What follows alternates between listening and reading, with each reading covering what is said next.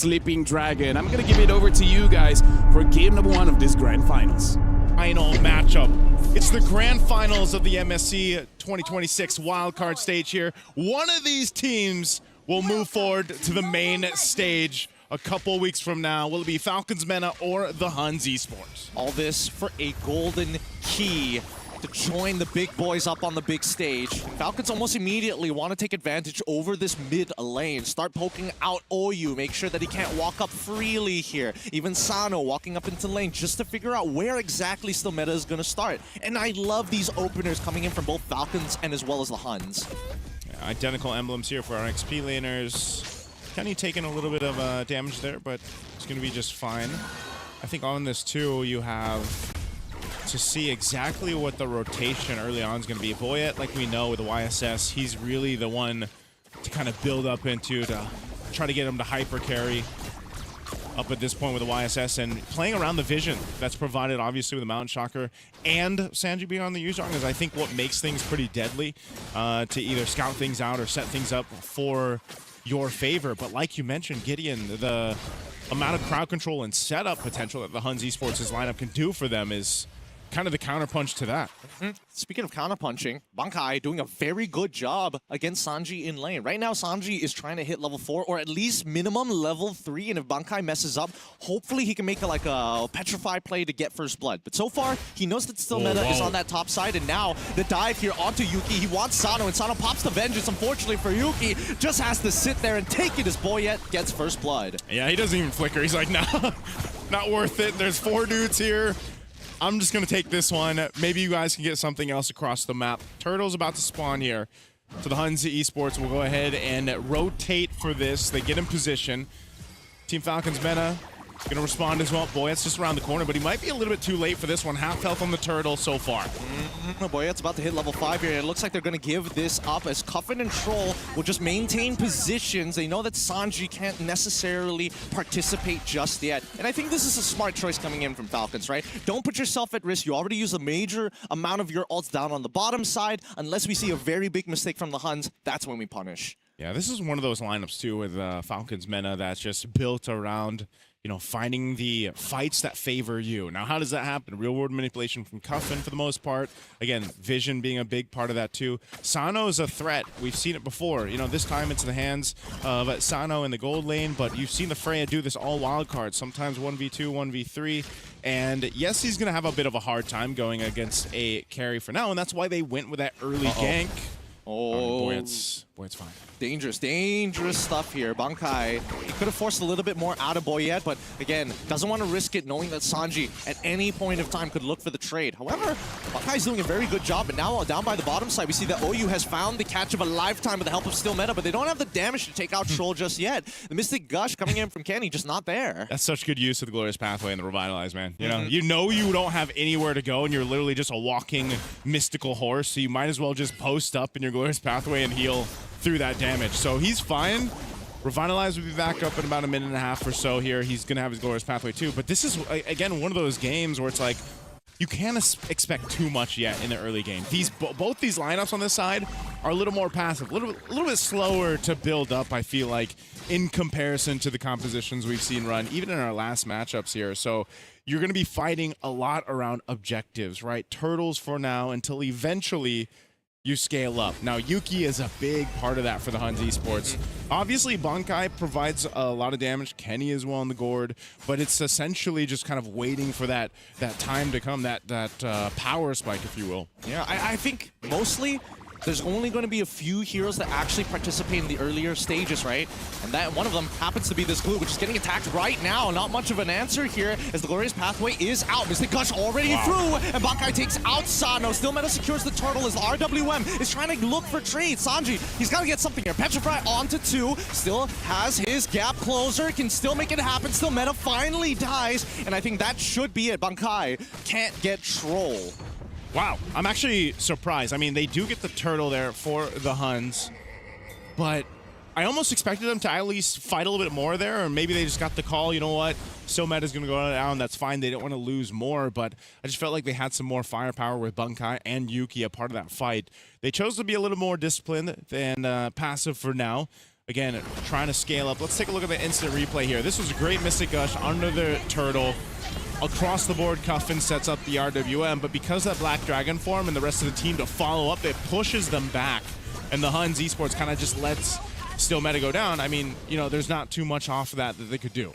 Glorious Pathway being used by Troll here. Not 100% sure what exactly happened, but considering that a majority of ults are still already out, I would assume that the Huns may have been attacked, but still alive. Plenty of battle spells actually, so no real resources being thrown out here.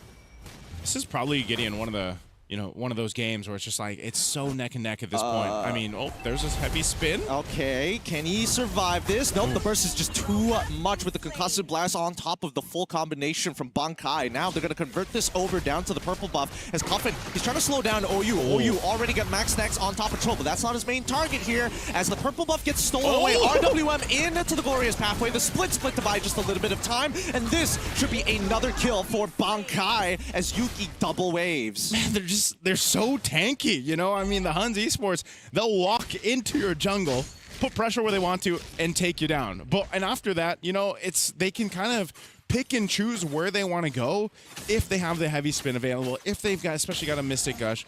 The glue, as we talked about, is just so annoying to deal with because even if you try to get away, obviously he's going to stick to you, as his name is. But this turtle seems to be the trade. Team Falcons should be able to go ahead and just secure this one. Yep, retreat is good. Sano making sure that Bankai can't get into the middle of the fight, and if he overextends, Boyette is there to catch him. However, this is a full rotation coming in from the Huns. OU looking for an angle, still meta as well. Decide to back it off. They don't want any fishy business against the Falcons. Okay, relatively at this point in the game, you're just going and knocking down some base or some turrets across the map if you can. You've essentially evened things out. There's no massive lead for either team right now. Just a turret in favor of the Huns. They might be able to go ahead and get this one if Bankai can knock it down, but Sanji is here. Oh no, they're gonna try to make a play. It looks like bottom side. Yep, they conceal to get all the way down here, but OU, the living ward himself, making sure that he's got full vision over the situation. Huns make the correct response. Bull out of there. No battle spells lost in the meantime, and they still have full control over the lanes. That's what I'm talking about, man. The style of gameplay for these compositions, very kind of, do we choose this fight or not? We can back off, disengage. If we choose to, Bankai. Okay, forces out the flicker, but Sanji, he follows through, and he ends up dying for it. There's an opportunity for Boyette, but now we look on the top side as Sano is trying to clear out this wave, not give Still Meta an angle, as Troll is there to double confirm. There's only two guys here. Falcons take a big sigh of relief. I'm interested, I mean, that was surprising that Sanji even goes down there. I don't think they had to. Mystic Gush used on Troll. He's dead finally, as the spinning light wheel is going to be more than enough. The flicker a little late for Yuki, as they do find him with the help of Boyette. Now locked down Still Meta, making sure he's making a play. Bankai getting the mega kill, finding the opportunities to turn it for a 2-for-2 trade. Some good setups there in the mid lane. They're going to trade across the map, though, as Tier 1 falls. It's knocked down by Sano. Just when you thought, you know, that was the setup that they wanted, it was a really good real-world manipulation from Cuffin, man. Let's take a look at the instant replay. They go fight under the Tier 1 turret in mid. This Mystic Gush pretty much takes care of Troll. He's gone, but they also get trapped in the real-world manipulation. Oh, meanwhile, in real time, there's another fight in the mid. Yep, the Mystic Gush is already down. We've already... No, luckily, nobody dies here, okay? They're still pretty healthy, but however, that big Mystic Gush, that was their nuclear option, their deterrent to keep them off of the Lord. With that big ultimate down, I look at Falcons, they're missing the Glorious Pathway. They're also missing the RWM, so both nuclear options have been used. Oh, man, interesting. Wings picked up here from Kenny. Kenny's got a little bit more extra movement speed and some shielding now, too. He's been very trigger happy with the Mystic Gush, and that's kind of what he has to do to keep sometimes the hesitation there for Team Falcons to move forward. They've got control of the Lord Pit right now. Projectiles being thrown out. There's the Glorious Pathway, though.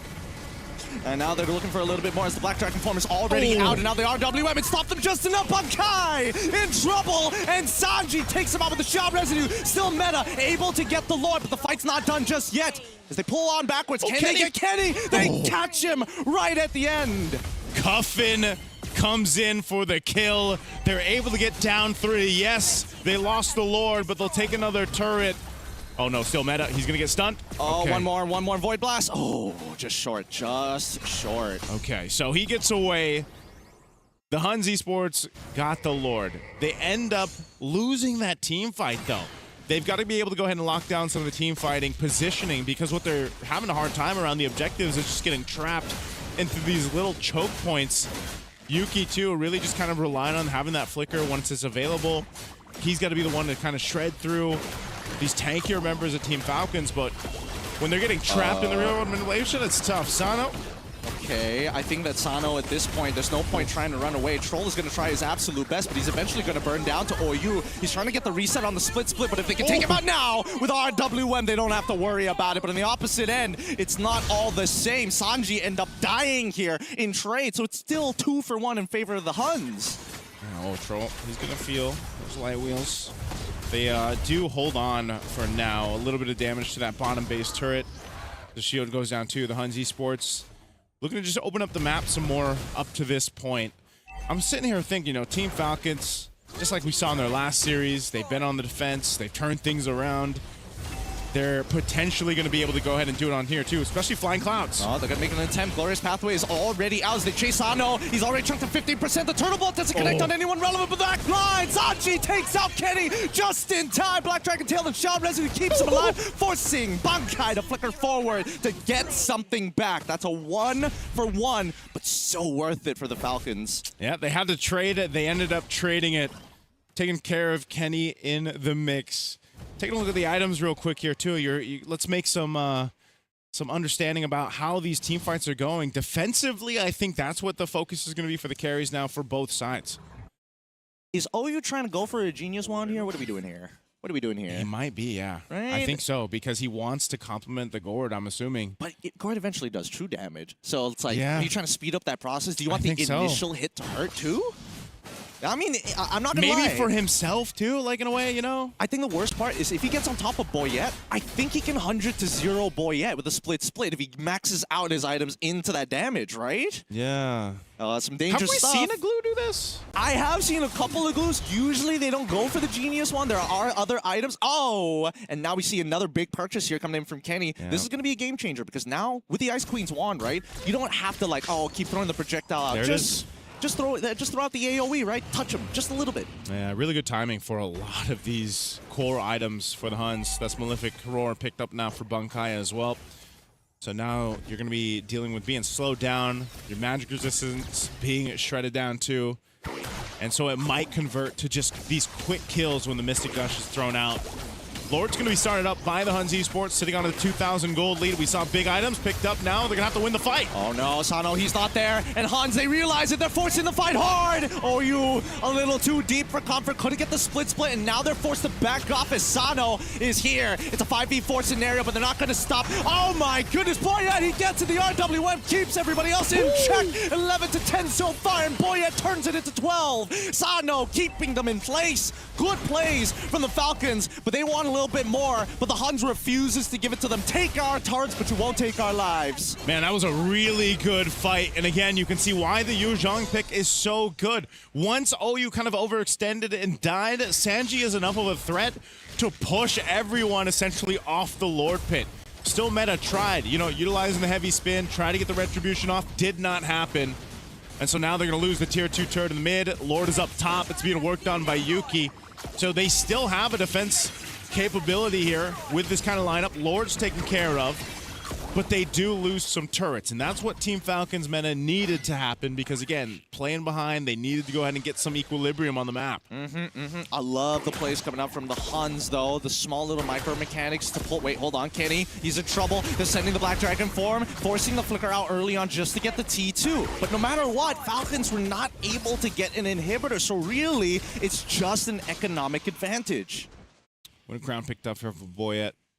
Might need that for these next team fights, or essentially the next Lord in about a minute and a half here. But right now, Team Falcons, I would say they're really showing their team fighting capabilities. That decision making. They know that sometimes, Troll's probably concealed. They're gonna counter conceal as well. So that has been the nature of the game, right, Gideon? It's been either initiate or disengage. It's been back and forth, both sides. But essentially, the main thing for Team Falcons is I feel like they're just showing us more of this kind of team fighting presence that's working for them right now.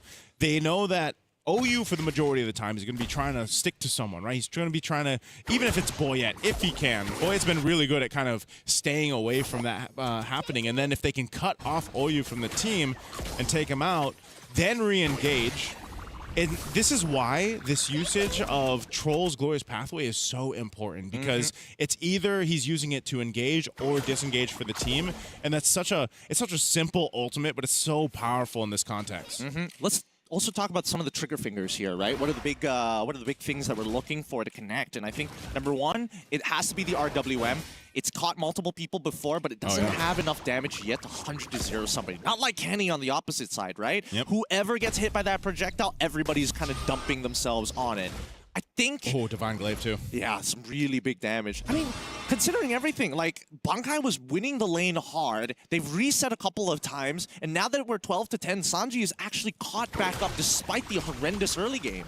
Yeah, this is one of those things now too. Now the Divine Glaive is online, the burst damage can be even more devastating for whoever gets caught. That's why you see too some magic resist items being built up. Athena's shield now for Sanji, as he's a lot of the times up at the front, flying around, doing his thing, trying to set things up to allow that YSS or the Freya here to get in range. So the Lord is up now. They're going to go ahead and just get in position. No one will fully commit to it just yet, because they want to fight for this space here. The Huns might take a different approach. Conceal was used. Things were spawning out, though. This is good. This is actually really, really good for the Huns. Now, they don't have access to global vision with that turtle boat no longer. And Sano, he clears open the tri-brush, and OU is taking space on that top side. The push and pull is looking very good, as Sano wants to correct that wave down on that bottom side. Top side is currently at a 50-50. Both sides have not prepared well enough for this Lord to stick on it for that long. Yeah, I don't know if they're going to actually be able to go ahead and pull this off, but it looks like the Huns Esports wants to blitz it down. Oh, Troll, he's going to get the first initial stun onto Kenny. The Black Dragon form is already out. Cuffin already dead. Oh, you catches him with the split. Sano now in the middle of the fight, but he's losing all of his health because of the heavy spin. Boyette able to take one. Still meta. Gets another. Kenny takes out Sanji, turning it into a 3 for absolutely nothing. But at least Boyette got the Lord. Boyette got the Lord, but with a carry and the rest of the team here, it's going to get shredded down very quickly. You see him, he wanted to cut the wave in the mid, but not there in time, so now Boyette has to get back to base as the Huns Esports looking to go further. They still have that cannon minion in the wave here. They're going to push it in. Oh, glorious pathway to slow down that one minion. It's a good idea. However, they need to pull the minions away. Boyette, he's got the turtle boat. He's going to get rid of one more. There's still the cannon there as Yuki takes the tower shot. He's got retribution. He hits it. Unfortunately, he has a sliver of health left. Breaks it just in time. And now the RWM to try and punish as Boyette gets back into the fight. However, it is not enough. 2 inhibitors end up falling. Flying Clouds. He's going for it. Flickers forward. Not done just yet. The Valkyrie, where is he going? The Black Dragon form now just said, you know what? We're just going to get still meta and call it a day. Okay, they got something. The Huns Esports wanted to end the game there, but it was a great defense from Team Falcons MENA. Really good usage of the Winter Crown too, to kind of clear things out and stay alive for long enough for the rest of the team to come back up. So the game isn't over just yet, but the Huns Esports really showing that they have that grit to end this game. Think about it, Gideon. I mean, we haven't seen a game go this long, up into that 18+ minute mark, almost 20-minute mark. So close, right? I mean, economically, it's pretty much just evens across the board. Maybe not so much between the XP laners, but again, Sanji's value on the Yuzhong isn't so much just the items. It's just the ability to go ahead and push forward and make the Huns disengage a bit with the Black Dragon form. And sometimes if you catch them being overextended, then you're able to go ahead and make something happen for them. But still, the Huns Esports finds themselves knocking down 2 base turrets of Team Falcons. That Black Dragon form can force fights, but it doesn't necessarily mean it's good, right? They got to be very, very careful with the way that they approach these. They're looking to get some of the bigger targets. Man, Kenny is really well protected right now, and I think that's the big issue. Huns, they've got some incredible defense, especially when they're making sure that both Yuki and Kenny stay alive in relevant points. And yes, they do sacrifice a little bit of people to make sure they do so, and that's why we're in 19 minutes, but hey, it's better than losing the game outright. Okay, at this point, you're just fighting for this positioning because in 30 seconds that Lord will be up, and this is a big one for the Huns Esports, especially if they can go ahead and lock it in. Boy, it's been really good, though. This is one of the things about a YSS, you know, that Yi Sun Chin, you're able to go ahead and get vision, but also just kind of swoop on in, get the retribution out. And so sometimes that might just be the winning condition. You know, go get that Lord, secure it, disengage, and then get ready. But the Huns Esports, I don't know if they're going to let that happen this time. They are set up, ready to go ahead and start up this Lord, blitz it down. It's an evolved Lord. Sanji picking up the pauldrons. He's got vision. Troll as well. He has an immortality, so they're showing face, and that leaves the Huns Esports a little hesitant to go with that Lord take. Yep, I think this is a reset angle, right? Huns, they need to correct that top wave. If they correct that top wave, then they can force Falcons to send a member up there. Sano right now has to manage the mid wave. Bottom is naturally going to be pushing, so Huns, there's no onus on them, really. No pressure at all. Whoa, boy, yeah! Traceless forward, gets hit by the projectile, but no punish just yet. Bankai thinking about it. Asano's in the back line. Oh, you in trouble. Flickers away. Turnabout's already down, and nobody is able to find a kill. Oh, it's good! Kenny hits two. Bankai flickers forward and secures the kill. Octocup inside. He gets on top of Sanji. Petrify's already down. Troll in some trouble as the split comes through. Heavy spin as well. Black Dragon form on towards Kenny. Sideno taking out his Boya. Takes out Bankai. Yuki onto Troll. And now the immortality item swaps come through. And they are good. The Huns find the wipeout. Kenny with the athletic flicker, as I like to call it. He bought the winner crown, flickered forward, and picked up immortality. The Huns Esports had a team fight of lifetime in game one for that one. They'll take game one in the best.